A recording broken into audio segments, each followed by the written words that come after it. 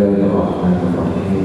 Assalamualaikum warahmatullahi wabarakatuh. Waalaikumsalam warahmatullahi wabarakatuh. Alhamdulillahilladzi anzala al-Qur'an bi lisanin arabiyyin mubin wa ja'alahu nuran wa hidayatan lil muttaqin. Asyhadu an la ilaha illallah wahdahu la syarika lah wa asyhadu anna Muhammadan abduhu wa rasuluhu la nabiyya ba'dah. Allahumma salli wa sallim wa barik ala sayyidina Muhammadin wa ala alihi wa sahbihi wa man tabi'ahum bi ihsanin ila yaumiddin, amma ba'd. Yang sama-sama kita hormati Ketua PKN Masjid Nurul Alam, Bapak Ustadz dari hari beserta para pengurus, para tokoh masyarakat, Bapak Ibu, hadirin hadirat hamba Allah yang dirahmati Allah Subhanahu wa Ta'ala. Bapak Ibu sekalian, bagaimana kabarnya malam hari ini? Baik? Alhamdulillah. Mudah-mudahan kita semuanya senantiasa berada dalam kehidupan yang penuh barokah baik dunia maupun di akhirat. Amin Allahumma amin. Hadirin, pada kesempatan malam hari ini kita akan membahas beberapa ayat yang terkait dengan korban. Jadi pada malam hari ini kita akan membahas ayat yang terkait dengan korban. Saya kasih dulu hikmah dan makna berkorban. Ini menarik sekali makna korban sekarang. Kata korban itu sesungguhnya akrab dengan kita ya. Korban secara bahasa itu berasal dari bahasa Arab. Bahasa Arab qariba yaqrabu qurban wa qurbanan wa qurbanan. Jadi secara bahasa Arab qurban itu dari kata qariba. Qariba yaqrabu qurban.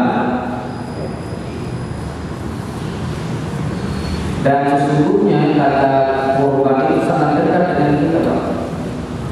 Karena kata qariba yaqrabu qurban atau qurbanan atau qurbanan itu sudah dinaturalisasi ke Indonesia. Maka kita mengenal qarib itu artinya dekat. Ya. Qaribun dekat. Kalau ba'idun jauh.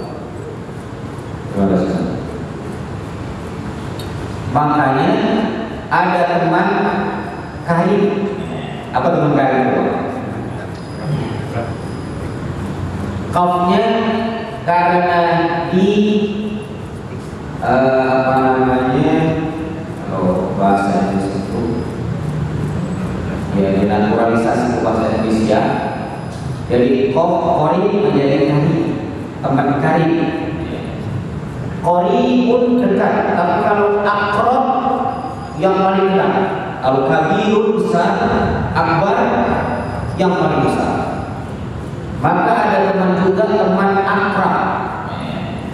Nah kalau kata Kiai Haji Supramakmum, teman akrab. Beliau kalau bilang sama teman-temannya yang dekat itu teman akrab saya. Bukan akrab, tetapi apa? Akrab. Ya seperti ini. Kalau teman akrab artinya apa? Teman akrab itu teman yang paling. Jadi kurban itu yang berasal dari kata qariba yaqrabu qurbanan itu maknanya dekat. Maksudnya apa? Kurban itu adalah mendekatkan diri kita kepada Allah dengan mengerjakan sebagian perintah Allah. Apa itu? Menyembelih hewan kurban dengan tujuan beribadah kepada Allah atau mendekatkan diri kepada Allah. Jadi hadirin, Sesungguhnya ketika kita menyembelih binatang kurban itu, ingat, binatang yang kita sembelih itu sebagai sarana untuk mendekatkan diri kepada siapa? Allah. Itu ya. Nah, kalau sudah jelas makna korban itu, jadi siapapun yang berkorban itu sesungguhnya dia ingin dekat dengan Allah dengan melaksanakan salah satu perintahnya. Perintahnya apa itu? Potong hewan korban. Makanya hewan ini disebut hewan apa? Korban. Hewan yang menjadi perantara ketika kita sembelih karena Allah, maka hewan itu adalah disebut hewan korban, hewan yang dengan izin Allah. Ketika kita melaksanakan perintah itu dengan niat karena Allah, niat itulah yang mengantarkan kita dekat dengan Allah. Gitu. Baik, sekarang kita lihat hikmahnya. Hikmahnya saya tulis di sini ada 6 ya. Saya kasih singkatan. Singkatannya MSIPD. MSI itu ini bilang Master of Science. MSI ini bilang S2. V-nya PD apa? Percaya diri ya. M yang pertama, ketika kita berkorban, M itu meneladani Nabi Ibrahim. M-nya apa tadi? Meneladani Nabi Ibrahim. S-nya syukur. Apa tadi? S-nya syukur. Jadi ketika kita berkorban itu bagian dari kita bersyukur kepada siapa? I-nya ingat syiar Islam. I-nya apa tadi? Ingat syiar Islam. MSI. M-nya meneladani Nabi. S-nya syukur. I-nya ingat syiar Islam. Gitu ya. Kemudian PD. P-nya peduli pada sesama. Peduli apa tadi? Pada sesama. Jadi korban itu adalah bentuk kepedulian kita terhadap sesama manusia. Ya. Sebab hewan korban itu, ya, kalau kaum muslimin di sekitarnya sudah mendapatkan, boleh kepada muslim juga dikasih boleh. Ya. Berarti ini yang disebut dengan PD. P-nya apa? Peduli pada sesama. D-nya dekat pada Allah. Apa D-nya hadirin? Sudah ada berapa? 5. MSI. M-nya meneladani Nabi Ibrahim. S-nya syukur. I-nya ingat syiar Islam. PD. D-nya peduli pada sesama. D-nya dekat pada Allah. Ini termasuk yang ngasih ini peduli pada sesama. Udah tahu dikasih anak-anak berkah. Panas.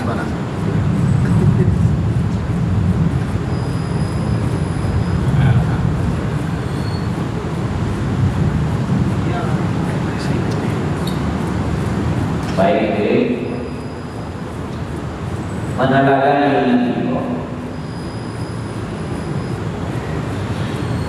Nabiullah Ibrahim itu Pak dipilih oleh Allah menjadi pemimpinnya manusia. Jadi apa? Pemimpinnya manusia. Tapi menjadi pemimpinnya manusia itu tidak serta-merta. Ya, harus berkorban dulu. Ya, harus berkorban. Inilah filosofi Jenderal Sudirman dengan tentara yang bergerilya. Indonesia ini tidak mungkin merdeka dengan serta-merta tanpa perjuangan. Betul? Perjuangan itu butuh pengorbanan. Betul tidak? Pengorbanan itu dari kata korban tadi itu Pak. Masya Allah. Jadi ketika kita berkorban, apa yang dikorbankan oleh para pahlawan? Ya harta, betul? Pikiran,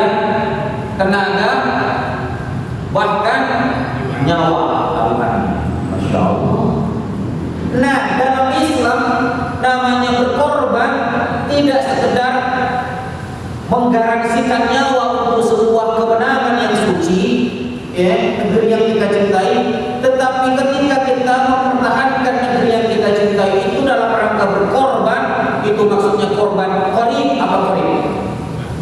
Dekat sama siapa? Dekat sama Allah. Itulah sebabnya ketika Indonesia merdeka, maka para pendiri kita menyebutkan dalam pembukaan Undang-Undang Dasar 45 alasan kita merdeka. Apa alasannya? Dua alasannya. Atas rahmat Allah, atas berkat rahmat Allah yang Maha Kuasa. Alasan pertama. Dan kedua, dan dengan didorongkan oleh keinginan luhur supaya berkehidupan dan berkebangsaan yang bebas, maka rakyat Indonesia menyatakan dengan ini kemerdekaan. Dua alasan kita merdeka, Pak. Pertama, atas berkat rahmat Allah yang Maha Kuasa. Allah yang disebutkan, Pak. Luar biasa itu pendiri negara kita. Dan ini sampai sekarang bukti autentik, Pak. Jenderal Sudirman itu ketika perang dunia nggak pernah putus pikirnya. Itu tentara, nggak pernah putus, sehingga sulit ditangkap. Nggak pernah putus pikirnya, nggak pernah putus hubungnya. Kalau sebut sama saya, jadi bapak-bapak yang tentara ya, kalau lagi kirim kemana, dua kuncinya untuk jangan lepas. Lidah jangan pernah berhenti berpikir. Insya Allah tidak lama. Pikirnya mengusir pada sifat dalam hati, Pak. Aja. Itu. Nah, bagaimana pengorbanan Nabi Ibrahim? Ya. Quran surat Al-Baqarah ayat 124.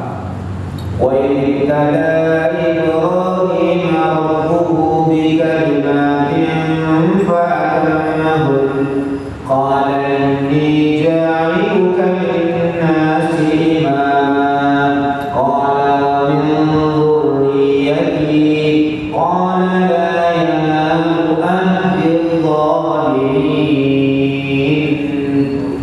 Ingatlah ketika Nabi Ibrahim diuji dengan Allah oleh Allah dengan ujian yang panjang. Maka ujian yang panjang itu apa? Salah satunya hadirin, anaknya dia tidak punya anak, tapi Nabiullah Ibrahim dipuji dengan tidak punya anak, tapi Nabiullah Ibrahim masih optimis kepada Allah. Pas anaknya lahir yang diinginkan, suruh taruh di tempat yang jauh. Tempatnya Nabiullah Ibrahim itu di Palestina, Pak, Syria, Jordania, namanya Syam. Itu disuruh letakkan di padang pasir yang tandus. Ujian kedua. Ujian ketiganya, setelah gede Ismail, suruh sembelih. Dikerjain semua tak? Maka setelah ujian yang panjang itu, baru Allah katakan ini jahiluka lin-nasi imama. Kulan ketika wahai Nabi Ibrahim menjadi pemimpinnya manusia. Dan ketika Nabi Ibrahim dikorbankan, Masya Allah, anaknya, kekasihnya, buah hatinya. Tapi kalau Allah sudah perintahkan, sebetulnya, tapi Allah tahu yang terbaik diganti dengan kafir. Pengorbanan artinya apa?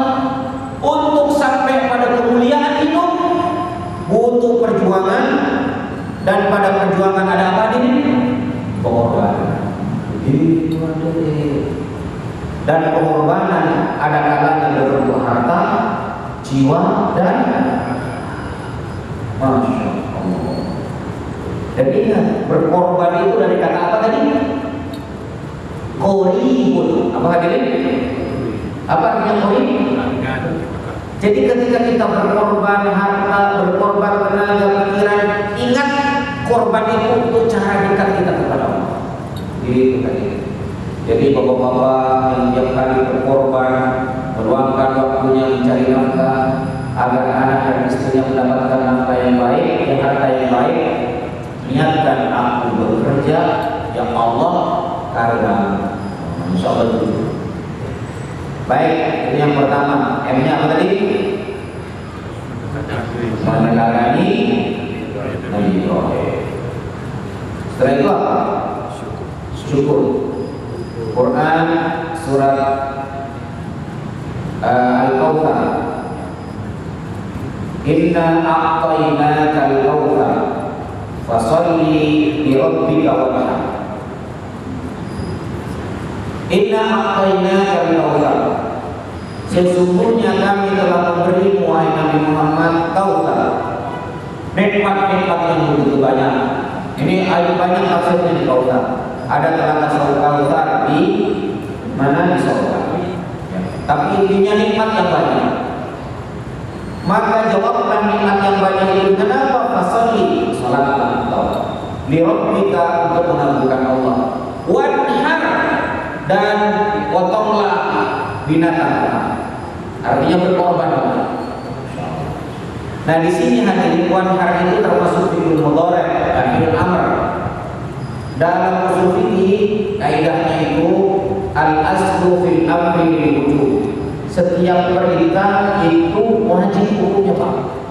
Dalam Al-Qur'an itu setiap perintah wajib hukumnya kecuali ada dalil yang tidak mewajibkan. Gitu. Makanya sebagian ulama, ini sebagian ulama, Pak, memberikan hukum berkorban kepada setiap keluarga itu hukumnya wajib. Halo. Hukumnya apa? Iya. Tapi jumhur ulama, mayoritas ulama hukumnya sunnah muakkadah. Gitu. Nah, berdasarkan wanhar ini, ya, ini kan fi'il amr wajib.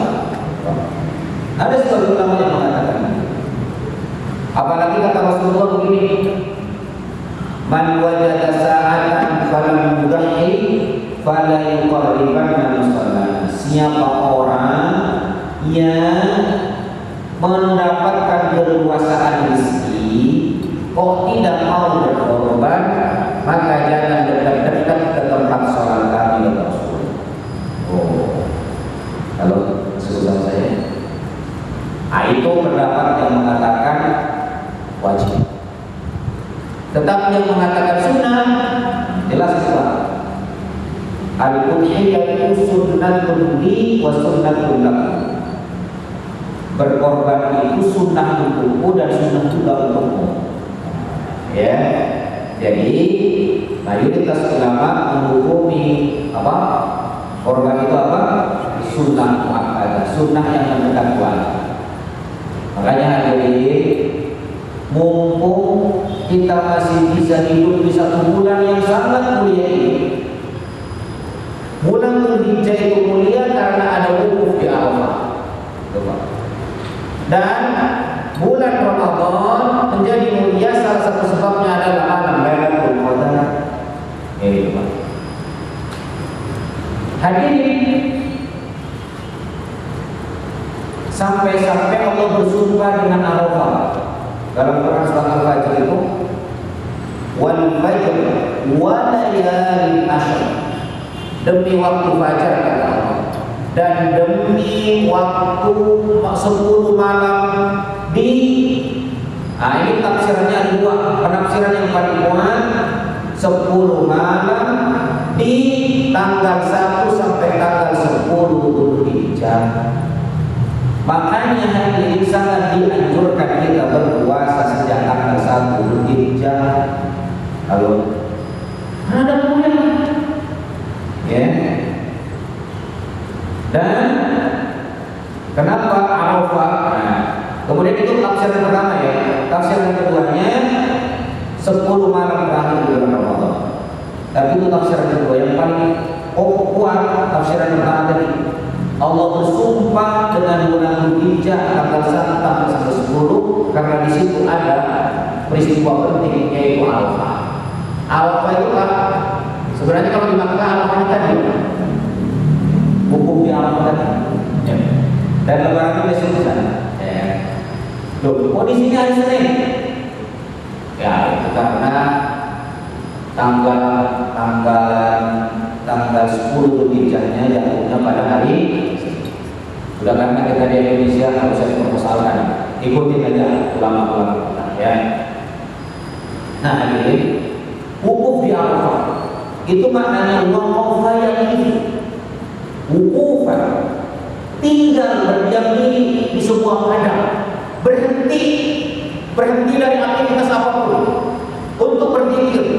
Itu memberikan makna, hai manusia yang selama ini ke timur, ke barat, pelang-pelang buana, berhenti sejenak di padang ini, di padang Arafah. Bayangkan nanti engkau akan diadili oleh Allah di padang mahsyar di akhirat. Bayangkan apakah selama ini hidupmu kau gunakan untuk mengagungkan Allah, atau justru kehidupanmu kau gunakan untuk melecehkan kebenaran. Bayangkan wahai manusia yang hari ini diizinkan untuk di padang Arafah.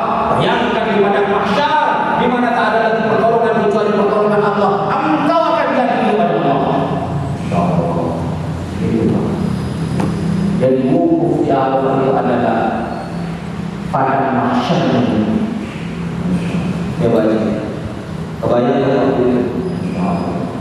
Waktu itu ketemu saya lagi. Ketemu saya. Oh ini belum pernah lagi. Ya Masya Allah. Itu hadir.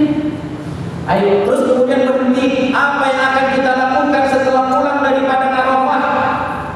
Ingat wahai manusia, ketika kau berbusana putih, itu makna putih warna tulang, cepat atau lambat kau mati dan putih seperti tulang itu.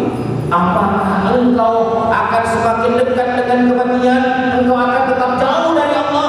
Engkau akan menjadi penipu dan orang yang senantiasa menjepret kezaliman. Ingat wahai manusia busana putih hari ini. Masya Allah. Pada Arafah, tempat memotret jiwa kita, tempat menghampar jiwa kita, lalu kita merenung siapakah kita yang sesungguhnya. Manusia yang berhati manusia atau manusia yang berhati tidak manusiawi. Diberikan kesempatan. Tengok siapa dirimu sesungguhnya wahai manusia. Apakah selama ini kau berpura-pura baik tapi menyimpan jiwa yang busuk? Ingat, ini kesempatan. Ingat, saat-saat seperti itu juga akan terjadi nanti di padang mahsyar saat Allah akan mengadili. Makanya Pak, di akhir-akhir surat Al-Fajr itu wajah rabbuka wal malaku saffan saffa. Nanti Allah dan malaikatnya, malaikat datang berbaris-baris akan mengadili manusia di padang mahsyar. Waji'a yawma idzin bi jahannam. Maka neraka jahanam yang hari ini abstrak hadirin itu ditampakkan oleh Allah dengan jelas. Maka mereka yang durjana di sepanjang kehidupannya saat menatap neraka jahanam itu, mereka semuanya menyesal, mereka semuanya takut. Waji'a yawma idzin bi jahannam yawma idzin yatadzakkaru al-insan. Seluruh manusia yang lancang mulutnya kepada Allah, seluruh manusia yang hidupnya hanya berbuat zalim kepada kemanusiaan, tiba-tiba semuanya sadar, ya Allah aku sadar sepanjang hidup hatiku hati yang busuk. Aku sadar ya Allah berapa banyak manusia yang aku zalimi, berapa banyak hak manusia yang aku rampas ya Allah. Aku ingin bertaubat. Apa kata Allah saat kita bilang begitu? Wa anna lahu dzikra. Udah habis waktu untuk bertaubat wahai manusia. Ini negeri akhirat. Negeri akhirat adalah tempat untuk mendapatkan balasan untukmu. Tapi di dunia kenapa kau tidak berhenti? Kenapa kau tidak sadar? Kalau jadi tentang begini, Pak, ayo mumpung masih hidup, sebesar apapun dosa-dosa kita, itu tak akan mampu mengalahkan sifat rahmat dan rahim Allah. Segeralah menuju Allah untuk bertobat. Itulah keadaan Allah. Ya Allah. Baik. Selanjutnya, inna awlainaka al-khairal katsir al-katsira ad-da'i fid dunya wal akhirah. Sesungguhnya aku telah memberimu kebaikan yang banyak dan konsisten kepadamu wahai Nabi Muhammad di dunia dan di akhirat. Wa idza a'taitu dzalik, karena aku telah memberikan kebaikan yang begitu luar biasa kepadamu wahai Nabi Muhammad, maka jawablah. Nabi aja Pak, Nabi yang dikasih nikmat luar biasa itu diperintahkan oleh Allah. Walaupun Nabi sudah pasti masuk surga, tapi masih diperintahkan oleh Allah apa? Fatum 'alas sholati li rabbika khalisatan lahu. Maka istiqomahlah engkau wahai Nabi untuk mendirikan sholat. Dan sholatnya itu bukan kesukaan, insyaallah. Khalisatan lahu, ikhlas karena Allah. Itu Pak.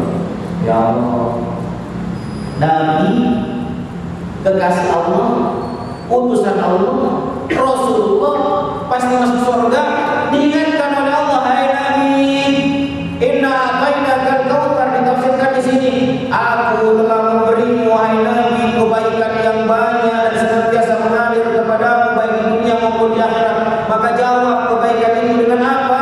Salat. Dawamkan salat. Insyaallah ya Nabi Muhammad, insyaallah dia akan menjadi Nabi. Surga insyaallah. Wanha tabaihaka, maka sembelihlah binatang kurban. Untuk apa? Syukran lillah, bentuk syukur kepada Pak. Coba kita hitung, kenapa kita tidak mau berkorban? Bayangkan nikmat mata, 2 mata. Bayangkan kalau kemudian mata ini diambil, ditukar dengan 2 gunung emas, mau kalau 2 mata ditukar dengan 2 gunung emas, mau tidak? Berapa harganya? Mata bisa berfungsi, akal bisa berfungsi, tidak lumpuh, masya Allah. Tangan bisa bergerak, jantung bisa berdetak, ginjal masih bisa berfungsi, aliran darah begitu luar biasa. Fabi ayyi ala rabbikuma tukadziban. Terhadap nikmat Allah yang mana yang kalian dustakan? Padahal tidak ada yang banyak, kenapa tidak mau berkorban? Tahun kemarin sudah Pak Ustaz. Iya, kan itu kata kemarin sudah. Dan Allah sudah memberikan nikmat pada tahun kemarin. Sekarang masih memberi Allah memberikan nikmat dan datang lagi kesempatan untuk berkorban. Kenapa tidak mau berkorban? Masya Allah. Hadirin ini balasan korban ini luar biasa. Oke Pak, saya akan memberikan ilustrasi. Lihat sini semua. Oke. Lihat, konsentrasi.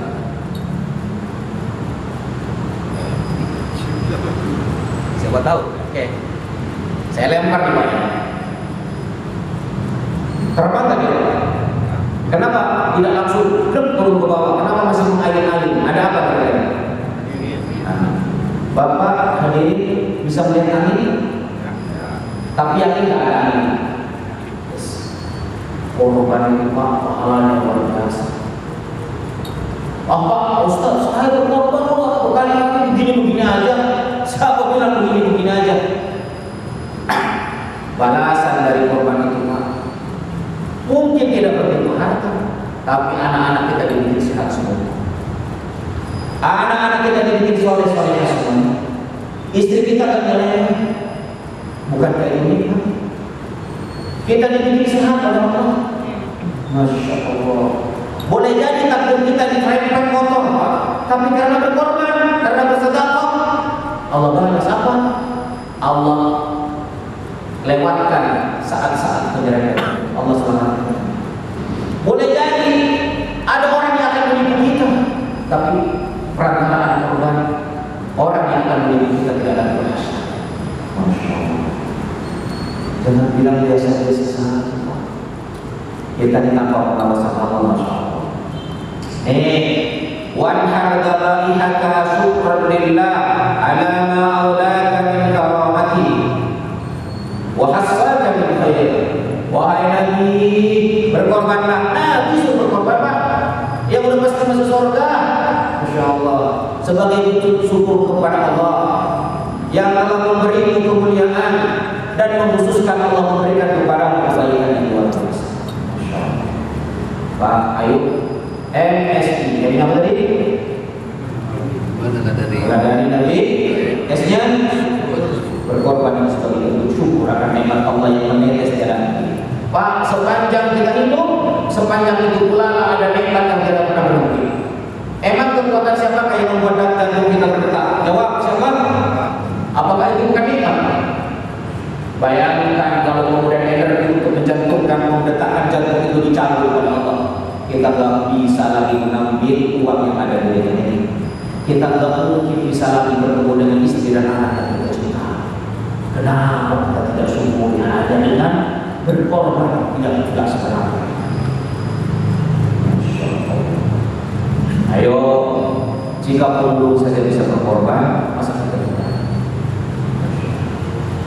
Kalau dia bahagia, tapi kalau ada berkorban, terima aja Pak Haji, karena ini hasil korupsi, jangan, ini hasil dari mana? Jangan, nggak usah ya. Kaidahnya itu inah mungkin gawakil. Kami melihat orang itu baik, insya Allah yang dibawa baik. Oke, jangan kemudian itu, kepada di mana dulu? Jangan pada sini. Baik, selanjutnya ingat syiar agama. Nah ini menarik Pak. Sholat Idul Adha ada takbiran Pak? Ya. Demikian pula saat akan menyembelih hewan kurban ada takbiran. Hadirin, ingat, ini syiar Islam, rahmatan lil alamin. Ketika sholat ada takbir. Takbir itu artinya apa? Allahu Akbar, hanya Engkau yang besar ya Allah, hanya Engkau yang agung ya Allah. Aku mengagungkanmu, bukan mengagungkan dunia, bukan mengagungkan hawa nafsu. Seluruh yang aku miliki ya Allah, aku gunakan untuk mengagungkanmu. Itu mana takbir? Sehatku, hidupku, kecerdasanku, bakatku untuk mengagungkanmu ya Allah, karena semua itu ada pada diri hamba karena Engkau yang menitipkan. Qulillahumma malikal mulki tu'til mulka man. Katakan, Allah yang memiliki kekuasaan dan Allah yang memberikan kekuasaan kepada siapa yang Allah kehendaki, dan Allah akan mencabut kekuasaan itu dari siapapun yang Allah kehendaki.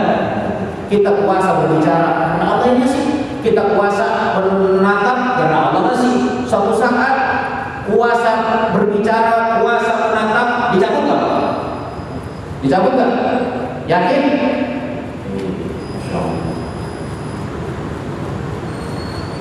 Ya Allah, ya Allah. Masih ingat nggak waktu COVID itu Pak? Berapa banyak orang yang pakai tabung? Nyari mahal nggak? Sudah berapa tahun kita tidak bayar oksigen kepada Allah? Siapa yang menyiapkan oksigen tanpa telat kepada kita? Kenapa disuruh minta wajah? Berkorban kepada saya nggak punya duit Ustaz. Iya, nggak ada duit. Gede-gedenya, oh mana? Mudah-mudahan semua tidak dimungkinkan apa. Hadirin, ini mengagungkan Allah ketika ibadah ritual dan ketika menyembelih hewan korban Pak, dan sembelihan itu diberikan kepada orang lain, itu namanya ibadah sosial. Betul. Ibadah apa hadirin? Ibadah ritualnya sholat mengagungkan Allah, ibadah sosialnya itu pun ada takbir. Maksudnya apa? Saat kita sholat di masjid kita agungkan Allah, saat kita kantor di kantor, saat kita berdagang di pasar agungkan Allah juga, karena bekerja itu bagian dari ibadah sosial. Ini enggak saat di masjid Allah Akbar, saat berdagang untungnya besar, sehingga lebih untung ya Allah, sampai Allah menurunkan satu surat wailul lil mutaffifin, banyak pedagang yang tidak jujur mengurangi timbangan. Ada nih, makanya kata Rasulullah, seorang pedagang yang jujur ma'ini di jannah kata, pedagang yang jujur nanti bersama di surga kayak ini, selevel, duduk bersama Rasulullah. Artinya apa? Agungkan Allah di masjid, agungkan Allah di jalan, agungkan Allah di mall, agungkan Allah di pasar, agungkan Allah di permainan sepak bola, agungkan Allah di kantor-kantor di mana kita bekerja. Maksudnya apa? Jangan ikuti hawa nafsu, tapi ikuti kebenaran yang datang dari Allah.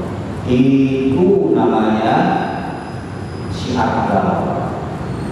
Dari kawaman yu'adzim sya'airallahi fa innaha min taqwal qulub. Siapa yang menganggurkan syiar-syiar Islam, menganggurkan syiar agama, maka sesungguhnya itu bagian dari hati yang bertakwa kepada Allah. MS juga selesai. Sekarang tinggal PD. P-nya apa tadi? Iya. Dalam Quran surat peduli terhadap sesama, Quran surat Al-Hajj. Wa'at'imul ba'isal faqir. Jadi hadirin binatang sembelihan itu disembelih, maka perhatikan yang pertama tadi, wa'at'imul ba'isal faqir. Berikan untuk dimakan orang-orang yang sengsara dan fakir. Jadi walaupun binatang korban itu boleh dibagi kepada siapapun, tapi prioritaskan ya miskin dan fakir. Jangan sampai yang berkecukupan mendapatkan, yang fakir tidak dapat. Karena yang prioritas itu peduli sesama pada sesama. Yang terakhir, D-nya apa? Ini saja berapa? Jam 7 pas. Lewat 7 lewat 3. Oke, baik.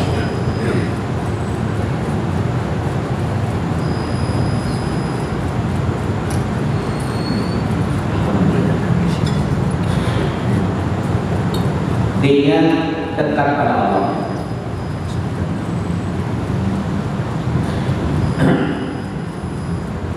Dalam Quran surat apa yang saya lupa ayatnya 37. Lan yanalallaha luhumuha wala dima'uha walakin yanaluhu taqwa minkum kadzalika sakhkharaha lakum litukabbirullaha ala ma hadakum wa basyiril muhsinin. Wa'lamu, ketahuilah, annallaha, sesungguhnya Allah, la yanzuru, tidak melihat, ila suwarikum, kepada wajah-wajah kalian, wa a'malakum, dan amal-amal kalian, walakin, tetapi Allah yanzuru, melihat, ila qulubikum, kepada hati-hati kalian. Maksudnya apa, Pak? Kita beramal nih, amalnya bagus, tapi hatinya bukan karena Allah, nggak diterima. Itu maksudnya. Sama, Allah tidak akan menerima daging dan darah-darah dari binatang korbanmu, ya. Tetapi yang Allah terima adalah ketakwaan. Jadi hadirin, Allah nggak butuh makan dan minum, karena Allah laisa kamitslihi syai'. Ya. Tetapi kenapa Allah perintahkan itu? Itu sebuah renungan bahwa jika kita menjadi orang yang dekat dengan Allah, pasti kedekatan kita kepada Allah berdampak pada senangnya manusia yang ada di sekitar kita. Begitu.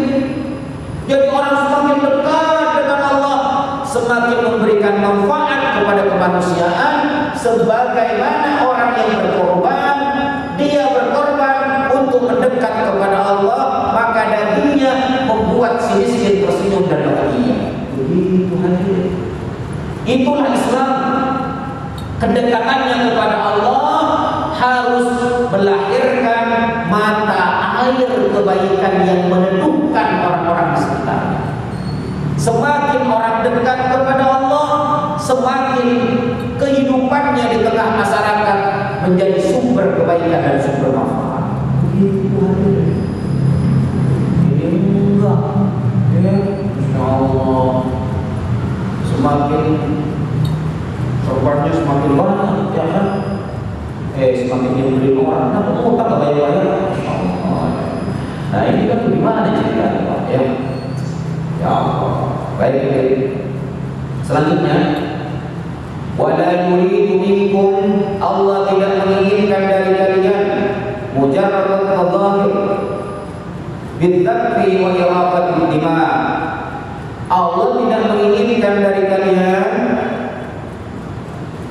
sofos dari penyembelihan menampakkan penyembelihan dan mengalirnya darah. Bukan itu yang Allah inginkan. Walakin yuridu minkum al-qalbal khasyi'. Tetapi yang Allah inginkan adalah hati yang tunduk patuh kepada Allah. Artinya apa? Kalau hanya sekedar menyembelih tapi hatimu bukan karena Allah, enggak butuh Allah. Gitu Pak.